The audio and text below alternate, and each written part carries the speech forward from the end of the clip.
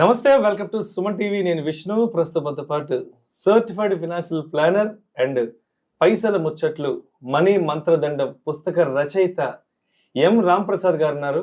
వారితో మాట్లాడదాం. సార్ రామ్ ప్రసాద్ గారు నమస్తే. సార్ నమస్తే అండి విష్ణు గారు. సో రామ్ ప్రసాద్ గారు, మీకు ఆల్మోస్ట్ ఇప్పటివరకు ఎగ్జిస్టింగ్ క్లయింట్స్ ఒక 2000 మంది ఉంటారు కదా? అవును. అంటే మీరు 2000 మందితో మాట్లాడేశారు ఆల్రెడీ. 2000 ఫ్యామిలీస్ తో మాట్లాడేశారు కదా? సో జనరల్ గా మీరు గమనించిన పెద్ద ఫైనాన్షియల్ మిస్టేక్ ఏంటి ఈ 2000 కుటుంబాలలో? అంటే అరే ఏంటి ప్రతి ఒక్కరు ఇలాంటి తప్పే చేస్తున్నారు, ఎందుకు ఇలాంటి తప్పు చేస్తున్నారు అని మీరు ఫీల్ అయిన సందర్భం ఏది? డబ్బు విషయం, డబ్బుని మేనేజ్ చేసుకునే విషయంలో సరిగా నాకేం కావాలో తెలుసుకోకపోవటం. చాలా మంది ఇంతకుముందు గత వీడియోలో చెప్పినట్టుగానే they're asset rich and cash poor, primarily అది. దానివల్ల they are living poor and going to die rich. అందరూ డబ్బు ఇంత టార్గెట్ పెడతాను కానీ టైం టార్గెట్ పెట్టట్లేదు. నేను అందరికీ చెప్పేది ఏంటంటే, మీరు డబ్బును టార్గెట్ చేయకండి, టైం టార్గెట్ చేయండి. టైంని టార్గెట్ అంటే మీ భవిష్యత్తుని ఈరోజు కొని పెట్టుకోండి, పాకెట్ భవిష్యత్తుని కొనుక్కోండి, డబ్బును కూడబెట్టదు. ఇప్పుడు ఒక వ్యక్తికి నెలకి 50,000 ఖర్చు ఉంటే, 40 ఏళ్ళ వయసు ఉంటే, ఇంకొక 50 ఏళ్ళు బ్రతాడు అనుకుంటే 90 ఏళ్ళ వరకు, ఆ 90 ఏళ్ళ వరకు ఎంత కావాలో ఖర్చుల నిమిత్తం అంత ఉంటే యువర్ డన్, చాలు. ఇంకా డబ్బులు ఉరకాల్సిన అవసరం లేదు, ఎక్కువ రిటర్న్స్ అవసరం లేదు. ఆ టైం తెలుసుకోవాలి. చాలా మంది ఫైనాన్షియల్ ప్లానింగ్ వచ్చిన వాళ్ళు, వాళ్ళకు ఈ రోజు వరకు కూడబెట్టిన డబ్బు, కూడబెట్టిన ఆస్తులు వాళ్ళ జీవితాన్ని దాటి ముందుకెళ్ళిపోతాయి, వాటిని దాటి వీళ్ళు వెళ్ళలేరు. ఆ సత్యం తెలుసుకున్న రోజు ఇంకా పెద్దగా వరి ఉండదు లైఫ్లో. ఇప్పుడు ఎంత ఉన్నా సంతృప్తి లేకపోతే ఎన్నాళ్ళు ఉరుకుతారు? ఆ ఉరికి ఉరికి ఉరికి ఆరోగ్యాన్ని పాడు చేసుకుంటారు. చాలా మందికి ఉన్న అతి కొంత కూడా సరిపోతుంది. అది సరిపోయినప్పుడు సంపాదించుకుందాం, కూడబెడదాం. అసలు మనకు ఎంత అవసరమో తెలుసుకుందాం. ఎందుకు మ్యూచువల్ ఫండ్ ఎస్ఐపి నేను ప్రమోట్ చేస్తానంటే, నాకు ఎక్కడో ఒక స్ట్రాంగ్ ఫీల్. 30,000 ఖర్చున్న వ్యక్తి 30,000 నెలకి ఎస్ఐపి చేస్తే, టెక్నికల్లీ అతను ప్రతి నెల ఒక భవిష్యత్ మంత్ కొని పెట్టుకున్నాడు పాకెట్లో అని. అలా ఎన్నెళ్ళు ఉంటే అది యువర్ బయింగ్ టైం. ఫ్రీడమ్ అంటే టైం, పైసలు కాదు. ఇప్పుడు నా పర్సనల్ టైం నాకు లేకుండా ఎన్ని కోట్లు ఉంటే ఏముంది? మీరు టైంని కొనుక్కోండి. One should live in his terms. ఎవరో డిక్టేట్ చేసిందని మనది కాదు, మన టర్మ్స్లో నేను ఇలా బ్రతకదలుచుకున్నా, ఇలా బ్రతకగలను అనే అంత డబ్బు ఉంటే యువర్ ది రిచెస్ట్ గాయ్. అమ్మని కాదు, మీరే రిచ్. జీవితకాలం తినడానికి సరిపడా ఉంది, నాకు నచ్చిన పని చేసుకోగలను అన్న అతను అంబానీ కన్నా రిచ్. అంబానీ ఎలా రిచ్ అవుతాడు కదా? ఆట ఆపకపోతే ఎప్పటికి అవ్వదు కదా. అవును కదా, మిలియనేర్ బిలియనేర్ ట్రిలియనేర్ సున్నాలు లెక్క పెట్టుకోవడం సరిపోదు మనకి, ఎందుకు కదా అంటారు. ప్రతి ఒక్కరికి పర్సనల్ ఫైనాన్షియల్ ప్లాన్ వేరు, అతని బాధ్యతలు వేరు, స్థితిగతులు వేరు, ఆధారపడ్డ వాళ్ళు వేరు, అతనుకున్న అవకాశాలు, అతని స్కిల్ కూడా ఇంపార్టెంటే కదా. ఒకరికున్న స్కిల్ ఇంకొకరికి రాదు. ఇతనుకున్న దాంట్లో బెస్ట్ ఏం చేయగలని తెలుసుకోవడమే ప్లానింగ్.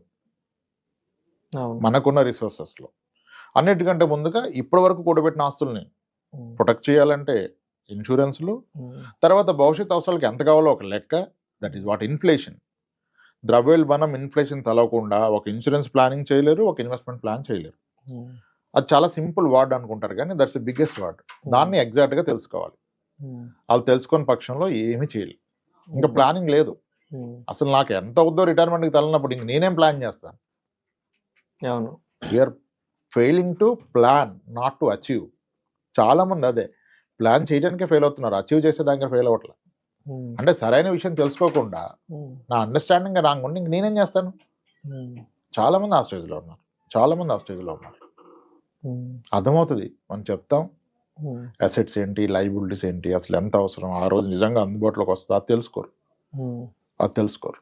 అది చెప్పాము, చాలా నేర్చుకున్నాం. అదే ఇప్పుడు కొంతమందికి ప్రాబ్లమే లేదు, ప్రాబ్లం అనుకుంటున్నారు. అసలు ప్రాబ్లం ఎక్కడ ఉంది అక్కడ కదా? ఎవరికి ఉన్నది వాళ్ళ ప్రాబ్లం అనుకుంటారు. ఇప్పుడు ఇంతమందితో రెగ్యులర్గా డీల్ చేస్తుంటారు, 2000 కుటుంబాలతో మాట్లాడారు.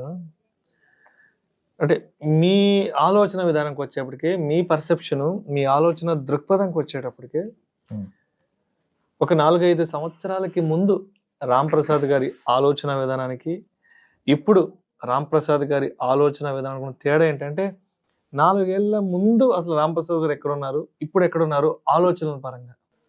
దాని గురించి ఒక వ్యక్తి సడన్గా వచ్చి నా కారుని గట్టిగా గుద్దాడు అనుకోండి, నేను ఫస్ట్ కార్ దిగి సార్ మీకు ఏమైనా ఇబ్బంది అయిందా, అవలేదా, ఓకే మీకేం తెలియదు కార్కే కదా, తప్ప అయింది అయినా సరే అండి అని చెప్పి వెళ్ళిపోవటమే.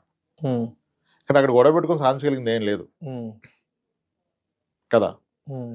ఇప్పుడు మీకు కూడా ఒకసారి డిస్కషన్ చేశా, ఫోన్లు ఎత్తట్లేదని ఒక ఆయన బూతులు పెట్టాడు మెసేజ్. మొన్న అసలు నాకు పంపించారు మీరు, దారుణంగా అతను దుర్భాషలాడి ఫోన్ ఎత్తట్లేదు, ఇంత బలుప అసలు అవి చదవడానికి కూడా అవకాశం లేని మాటల్ని అతను తిట్టాడు, బూతులు తిట్టాడు, భయంకరమైన బూతులు. అసలు నేను పెట్టా, బ్రదర్ నాకు టైం లేదు ఈరోజు సాయంత్రం ఫ్రీగా ఉంటా కాల్ చేయని మాడదంటే మళ్ళీ ఆయన ఫోన్ చేయలేదు. అదే చూస్తే కోపం వస్తుంది అనుకుంటారు కానీ అంటే అందరినీ కలిసాక విషయాలు తెలిసే సార్. నాకు ఒక బాధ ఉంటుంది రాంప్రసాద్ గారు, ఈ 4 సంవత్సరాల్లో విష్ణు రాంప్రసాద్ కూర్చొని మాట్లాడుకుంది మంచి విషయాలే. ఏ సినిమా ముచ్చట్లో రాజకీయాల ముచ్చట్లో ఇక్కడ కూర్చొని మాట్లాడలేదు. జనాల జీవితాలని మెరుగుపరిచే విషయాలు, వాళ్ళ ఆర్థిక స్థితిగతుల్ని మెరుగుపరచగల విషయాలే మాట్లాడాం. ఇక్కడ కూర్చొని మాట్లాడిన ప్రతి మాట చాలా విలువైంది, చాలా నిజాయితీగా మాట్లాడాం. ఎక్కడా కూడా వృధా అయిన విషయాలు, అసందర్భ ప్రేలాపనలు, అధిక ప్రసంగ ప్రేలాపనలు ఎప్పుడు మనం మాట్లాడుకోలేదు. ఇక్కడ కూర్చొని మాట్లాడింది ఒక కుటుంబానికి మంచి జరగాలి, సమాజానికి మంచి జరగాలి అయ్యే మాట్లాడుకున్నాం. మంచి విషయాలు మాత్రమే మనం ఆడుకున్నాం. కానీ వాటికి కూడా జనాలు కొంతమంది రకరకాల మాటలు తిడతారు, బూతు మాటలు పెడుతుంటారు, ఇంకోటి ఏదో అంటారు. అంటే ఏం వస్తుందో మిమ్మల్ని నన్ను కూర్చొని బూతు మాటలు తిడితే నాకు అర్థం కాదు. మనమేమి ఏదో కొత్త సినిమా రిలీజ్కి సంబంధించిన మాటలు, కొత్త సినిమా రివ్యూ మాట్లాడుకోలేదు కదా, ఏదో బయట పాడైపోయిన రాజకీయాల గురించి మాట్లాడుకోలేదు కదా, ఇంకేదో మీ ఇంట్లో జరిగిన ఫంక్షన్ గురించో మా ఇంట్లో జరిగిన ఫంక్షన్ గురించి మాట్లాడుకోలేదు. డబ్బుల గురించి మాట్లాడుకుంటున్నాం, మన జీవితాలను ఎలా మెరుగుపరచుకోవాలో మాట్లాడుకుంటున్నాం కదా. చాలా మంది బ్యాడ్ కామెంట్స్ పెడుతుంటారు కదా. ఎప్పుడైనా ఇంట్లో వాళ్ళు చూసి చెప్పిన సందర్భాలు, ఎందుకండి ఇలాంటి వీడియోలు చేస్తున్నారు, ఎందుకు చెప్పడం, ఎంత మంచి విషయాలు చెప్పినా ఈ జనాలు బురద చల్లుతూనే ఉంటారు అని మీ ఇంట్లో మీరు మాట్లాడుకున్న సందర్భం ఎప్పుడన్నా ఉందా? నా ఆఫీస్ అంతా నా ఇలాగే, నా ఆఫీస్లో మా ఎంప్లాయీస్ అంతా చూసి చెప్తారు సార్ ఇలా పెట్టారు అని. వదిలేస్తాను. ఎందుకంటే ఒకటి బ్యాడ్ కామెంట్స్, నేను కామెంట్స్ చదువుతాను టైం దొరికినప్పుడు, ఎందుకంటే అక్కడ అర్థమవుతుంది మనకి జనాలు ఎలా తీసుకుంటున్నారని. దానికి మంచి ఎగ్జాంపుల్, మనం అపార్ట్మెంట్ డిప్రిషియేషన్ ఉండదని ఒక వీడియో చేసాం. 9,29,000 వ్యూస్ వచ్చేదానికి 526 కామెంట్స్ ఉన్నాయి. దానికి 526 కామెంట్స్లో 500 మందికి ఆ కాన్సెప్ట్ నేను చెప్పింది అర్థం అవ్వాల. ఒక 26 మంది మాత్రమే ఒప్పుకున్నారు. ఇంకా కామెంట్స్ పెట్టారు మనం అపార్ట్మెంట్ డిప్రిషియేషన్ లేదనేది. నేను ఒక 100 అపార్ట్మెంట్ చెక్ చేశాక చెప్పాను. నేనేమి బ్రోకర్ని కాదు, నేనేమి రియల్ ఎస్టేట్ ఏజెంట్ కాదు, అమ్మట్లేదు, నాకు దానివల్ల వచ్చేది ఏమీ లేదు.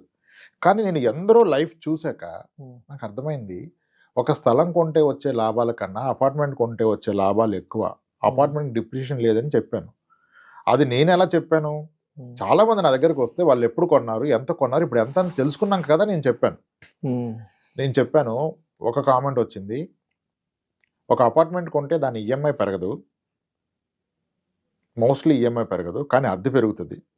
బియాండ్ అ పాయింట్ ఈ అద్దెనే ఈఎంఐకి సరిపడా ఉంటుందంటే అది ఎప్పటికీ అవదంటారు ఒక ఆయన. విషయం ఏంటంటే ఒకప్పుడు కొన్న అపార్ట్మెంట్స్ హైదరాబాద్లో వాళ్ళు ఎంత రేటు కొన్నారో అంత అద్దె సంవత్సరానికి దానికన్నా డబుల్ అద్దె వస్తుంది. శాంతిబాగ్ అపార్ట్మెంట్ 90,000 కొన్నామని చెప్పారు ఒకళ్ళు, 88లో 90,000 కొన్నారు. ఇప్పుడు నెల అద్దె 20,000 వస్తుంది. అట్లా చాలా ఉన్నాయి. క్రాంతిశేఖర్ అపార్ట్మెంట్ 55,000కి 52,000 కొన్నారంట ఫ్లాట్, ఈరోజు రెంట్ వస్తుంది. నీ సంవత్సరానికి వచ్చే అద్దె నువ్వు ఫ్లాట్ కొన్న ఖరీదు కన్నా చాలా ఎక్కువ వస్తుంది. మనం డిప్రిషియేషన్ మాట్లాడుతున్నాం. ₹1,00,000 కొన్న ఫ్లాట్ హైదరాబాద్లో ఉన్నాయి, 40,000 అయిపోయినాయి, ఈరోజు అవి 60 లక్షలు. ఇంకొక ఆయన అంటారు సెకండ్ హ్యాండ్ ఫ్లాట్ మీరు అన్నట్టుగా పెరిగినా 20 ఏళ్ల తర్వాత సెకండ్ హ్యాండ్ ఫ్లాట్ 45 లక్షలకు వస్తే కొత్తది 70 ఉంది కదా అంటారు. కొత్త దానికి పాత దానికి కంపారిజన్ ఏంటి? మీరు పెరగదన్నారు కదా, మీరు ఎంత కొన్నారు, ఇప్పుడు ఎంత వచ్చింది, అది కదా ఇక్కడ ప్రస్తావన. పెళ్ళైన 20 ఏళ్ల తర్వాత కొత్తగా పెళ్లి చేసుకుని చాలా ఎక్కువ ఇస్తున్నారు, అప్పుడు నాకు ఇవన్నీ ఇవ్వలేదంటే ఎలా? అది అయిపోయింది కదా. పూర్తిగా ఆలోచించరు. ఇంకొకైనా ఇంకా చాలా అలా రాశారు. ఆ వీడియోలో మనం చెప్పాం, అంటే మనం చెప్పింది వినాలిగా. ఇప్పుడు అప్సిగూడ స్ట్రీట్ నెంబర్ 8లో 5 లక్షలు ఉందని చెప్పాం 2002-03లో, ఇప్పుడు అది 60 లక్షలు. 22 ఏళ్ళలో 10 రెట్లు పెరిగింది. పెరలేదండి, ఇంకా మనం ఏం చేస్తాం? మనం ఏం చేయగలం? అదే అది ఇంకా బెటర్గా చెప్పడానికి వస్తాను, కోపమే రాదు.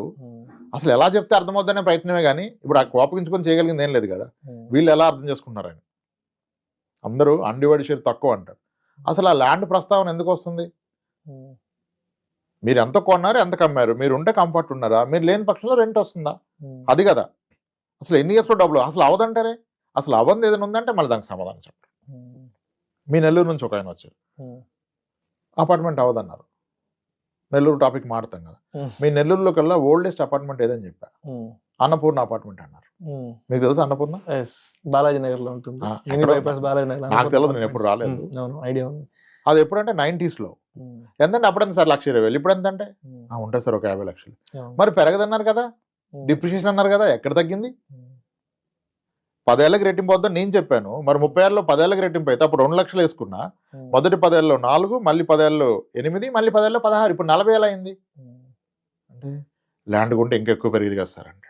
మరి దీనికి వచ్చిన అద్దె ఎవరికి ఇస్తాం? ఇన్నాళ్ళు అద్దె సేవ్ చేసింది కదా, 30 ఏళ్ళు దాటిపోయింది కదా. ఇలా ఎవరు వచ్చినా అక్కడ అపార్ట్మెంటే చెప్పే ప్రయత్నం చేస్తాను. నిన్న అంటే ఎదురుగా కూర్చున్నప్పుడు చెప్పగలుగుతాం, వీడియోలో అంత లెంది చెప్పలేం కదా. అలా చాలా కామెంట్స్ నుంచి నేర్చుకుంటాం. ఈ నెగిటివ్ పెట్టినప్పుడు కొంచెం బాధ వస్తుంది అనుకోండి, కానీ అది విషయాన్ని ఎలా కమ్యూనికేట్ అర్థమయ్యే విధంగా చెప్పడం వరకు చదవాల్సి వస్తుంది. కామెంట్ చదవకూడదు అనిపిస్తుంది, కానీ చదవకపోతే నెక్స్ట్ వీడియో ఇంకెక్కడ అవకాశం వచ్చినప్పుడు మనం చెప్పే విధానం ఎలా ఉంటుంది. నా దగ్గర వచ్చిన క్లయింట్స్ చెప్పాలని కూడా నాకు తెలవాలి వాళ్ళు అలా ఆలోచిస్తున్నారు. అలా చెప్పాం. అది ఇప్పటికీ నాకు రిగ్రెట్ ఉన్న వీడియో అదే. మనం ఎప్పటికీ కమ్యూనికేట్ చేయలేకపోతున్నాం అనిపిస్తాయి. ఏమో దాని మీద పెద్దగా చేయలేము, కానీ డేటా గీటా బుల్లెట్ పాయింట్స్ పీపీటీ ఇలా చేయలేము. వెన్రో పూర్తిగా వెన్రో. కొంతమంది తక్కువ మందికి అర్థమైంది. ఒక 20-22 పీపుల్ మంచిగా చెప్పారు, కరెక్ట్ అండి, 100% కరెక్ట్, రెంట్ కూడా ఫ్యాక్టర్ చేయాలి, మీరు అన్నది కరెక్ట్ అని. అలా ఉన్నాయి. ఒక్కొక్క వీడియో ఒక్కొక్క లెర్నింగ్, ఒక్కొక్క కామెంట్ లెర్నింగ్, అలా నడిచిపోయింది సార్. చేస్తాం. ఇప్పుడు చాలా మందికి ఫైనాన్షియల్ ప్లానింగ్ చేస్తుంటారు కదా, వాళ్ళ ఫస్ట్ 1 crore రీచ్ అయినప్పుడు, 2 crore రీచ్ అయినప్పుడు, 5 crore రీచ్ అయిన క్లయింట్స్ ఎవరైనా వచ్చి మాట్లాడిన సందర్భాలు కానీ, వాళ్ళ హ్యాపీనెస్ ని మీతో షేర్ చేసుకున్న సందర్భాలు ఏమైనా ఉన్నాయా? 100లో ఉంటాయి. 100లో. ఓకే. ఆస్ట్రేలియా నుంచి మొన్న రాగానే మన దగ్గరికి వచ్చారు ఆయన. ఆ రోజు మార్నింగ్ దిగారు, వాళ్ళ వైఫ్ ఆయన వచ్చారు ప్లానింగ్ కే. అట్లా ఎగ్జిస్టింగ్ యూనివర్స్ యూఎస్ నుంచి రాగానే వస్తారు, ఎల్లోలోపు ఖచ్చితంగా కలవాలంటారు. మార్నింగ్ 10 o'clock వస్తారు, ఈవినింగ్ వస్తారు. చాలా తక్కువ మందితో బయట కూడా వెళ్తాం కుదిరినప్పుడు. చాలా హ్యాపీ అనిపిస్తుంది. వైఫ్ అండ్ హస్బెండ్ కలిపి చెప్తారు చూసారా, చాలా హ్యాపీనెస్ ఇస్తుంది.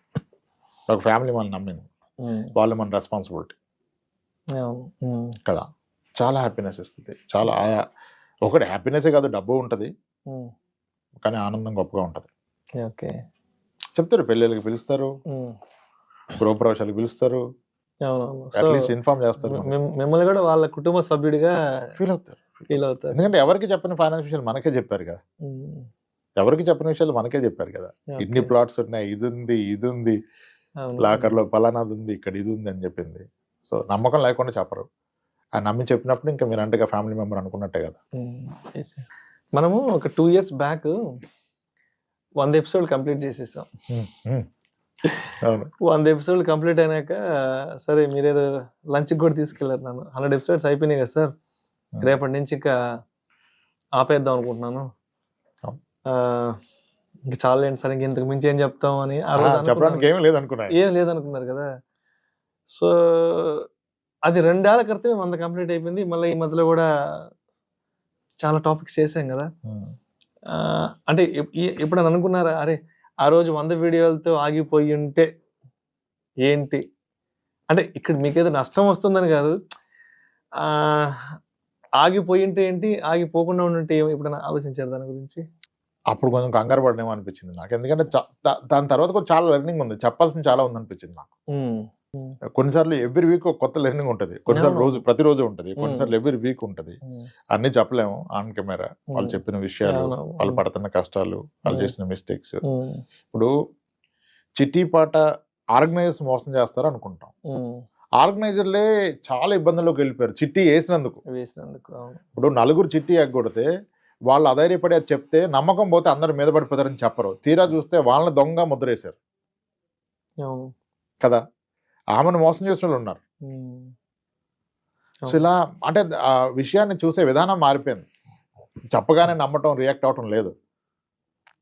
నా దగ్గర చెప్తారు కదా, ఇప్పుడు 45 ఏళ్ళు పెళ్లి కాని వాళ్ళు దానికి కొన్ని కారణాలు ఉన్నాయి, ప్రత్యేకమైన కారణాలు.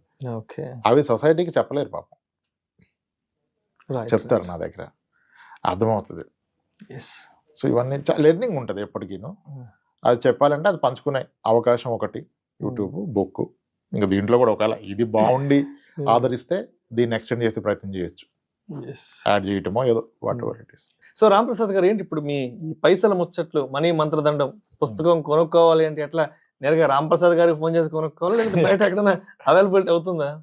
ఆన్లైన్ లో అవైలబుల్ ఉంది సార్, ఆన్లైన్ లో. అమెజాన్ లో వాటిలో పెట్టారు ఎవరో సెల్లర్స్, అమెజాన్ లో పెట్టారా? ఓకే. అది కాకుండా మన దగ్గర కూడా కాపీస్ ఉంటాయి కదా, ఒక వాట్సాప్ నెంబర్ పెట్టదలుచుకున్నాం దీనికి, ఆఫీస్ లో ఒక నెంబర్ తీసుకొని ఇచ్చాము, ఆ నెంబర్ కి పింగ్ చేస్తే మనం బుక్ పంపే ప్రయత్నం చేస్తాం, పంపుదాం.